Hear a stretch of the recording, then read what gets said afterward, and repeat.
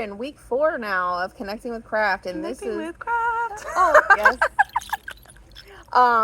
But so this is where we're going to start entering into this eclipse season, and we start with the Libra Full Moon eclipse. So weird that it's going to be like so much chaos and imbalance, and we start with Libra. Yes. Yeah, because Libra's about balancing, right? Mm-hmm. And so when we're talking about the lunar eclipse in Libra, it's going to be you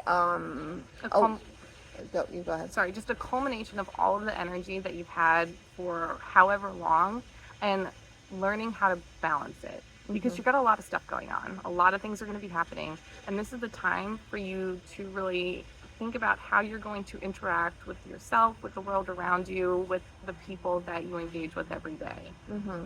And it's kind of like a time where we go inward and think about, everything that the Libra sign encompasses, which is like partnerships, self-care, because self-care is like seeking equilibrium, seeking balance in our lives. Because, I mean, we give, especially as parents, but then in order to counterbalance that, you have to intentionally take time for yourself. So that's why self-care comes into play on this, is because we know that you're way giving all the time, but you need to counterbalance that for yourself. And because it's a Libra full moon, you're going to take everything that serves you, find balance in your life, and then whatever doesn't serve you, you're going to release with the full moon. Okay, bye to all that stress. And go ahead. No, you go ahead. Well, during this time, because we know it's going to be stressful, and you're going to be looking in, finding balance within yourself, releasing things that are no longer needed, we've decided to help you create a DIY desk Zen Garden. I love Zen Gardens. They're like one of my favorite things. They're not my thing. I've never Oh, really? Yeah. Yeah, no, I love them because you can rearrange the little things. You can make little swirly patterns in the sand. It's very I used to use it when I was obviously working in corporate America. I could not go through the day without my fidget spinners and my Zen, or my desk Zen Garden, because it was just I would be on a stressful phone call and I would just be tracing really pretty designs in the sand. Another thing you can do is, if you have a sigil, tracing it in that sand. Oh, that's a great idea. Yeah. To create some protection for the space around that Zen garden. Yep. And then if you can also utilize essential oils, if you have either some form of water feature, a shell that's holding water, or even just scenting the sand, things like that. There's a lot of different ways of which you can make it a multi-faceted experience for relaxation. And listen, you don't have to buy all this fancy stuff to make your Zen garden.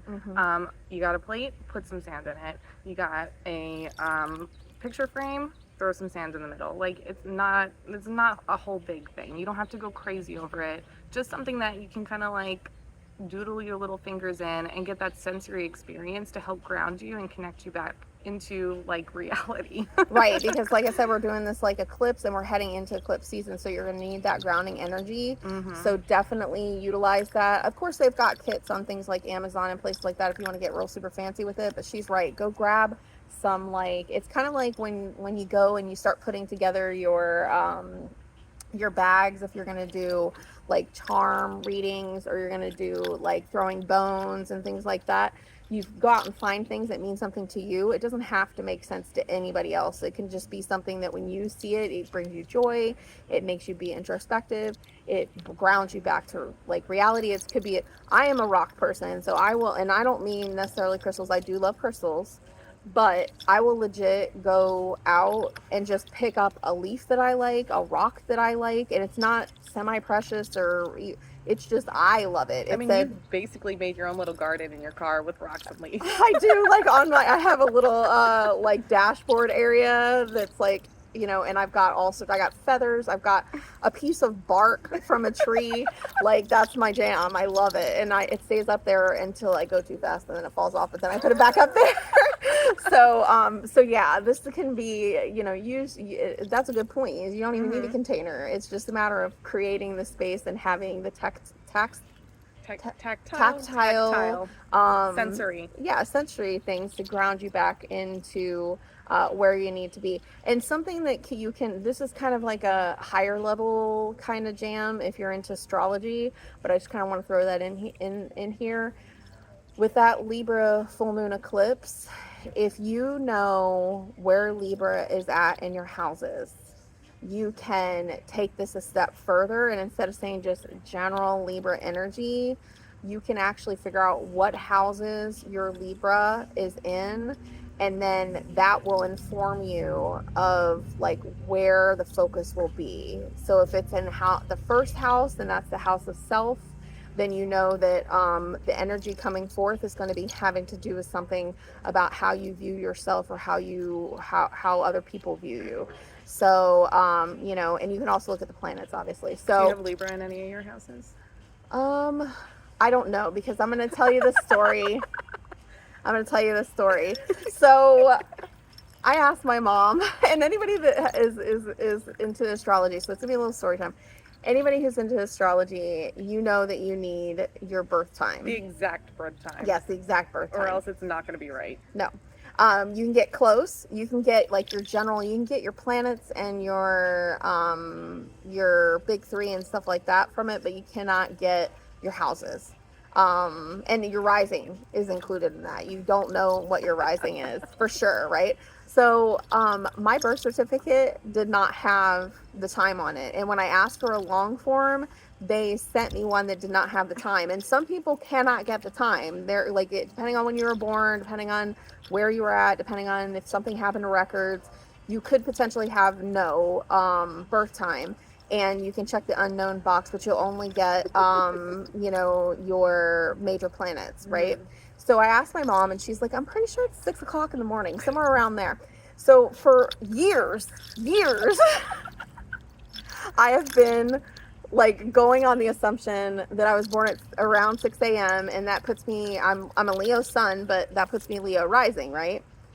So recently I wanted to do astrocartography, which actually, like, to really get a good idea, you've really got to have your birth time for astrocartography. And for people who don't know what that is, it's where you're utilizing all of your different planets and all of your different astrological data to show you points within, like, on the earth of where you'll, like, if it's a Venus line, if you move somewhere close to the Venus line, then you're going to be in an environment that's really conducive to building partnerships, finding mates, things like that. And it's used for both travel, but also deciding where you're going to live.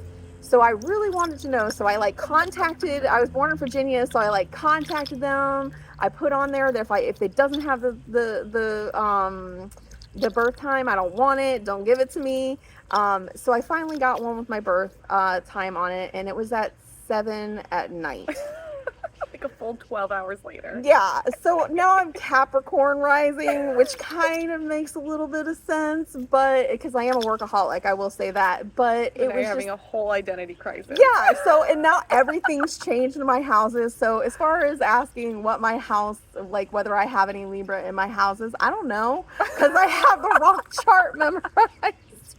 So anyways, and I mean, I can easily find it. You guys can go to Astro Cafe and just add in your information. I love them. They are just bare bones, been around forever. And literally you pay $30 and you get this really detailed explanation of everything that's in your chart. Well, and you don't even have to pay anything to get the core aspect of it. If you want something very super hyper personalized, you have to pay, but I paid for it. But did you? Yeah, nice. But if you just go in and pop in your information, it'll give you all sorts of information. So yeah, quick little story time in reference to whether here's something you don't have any Libra.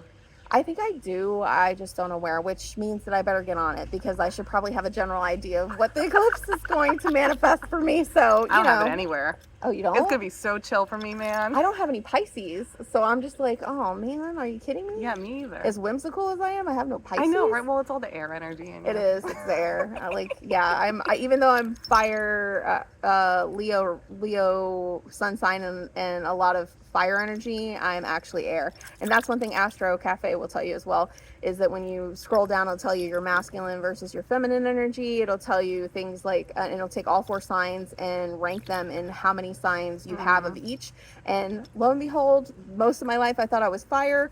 I'm actually air. So anyways, so all right, well, I think that's it for this so week. for week 4, oh, so just a reminder, go back to the beginning of your workbook and see where the tower showed up for you. What is falling apart? What is falling apart around you? What is changing in your life? How about that? That's better wording. Don't be scared. Yeah, as I say, don't be scared. We're not going to, change is good. Change is for your betterment. Like, embrace that shit. It might feel a little heavy. It's okay. Just work through it. Use your selenite. Use your lavender. Use all the different tools we've given you to help you get through this time. So, bye. Bye.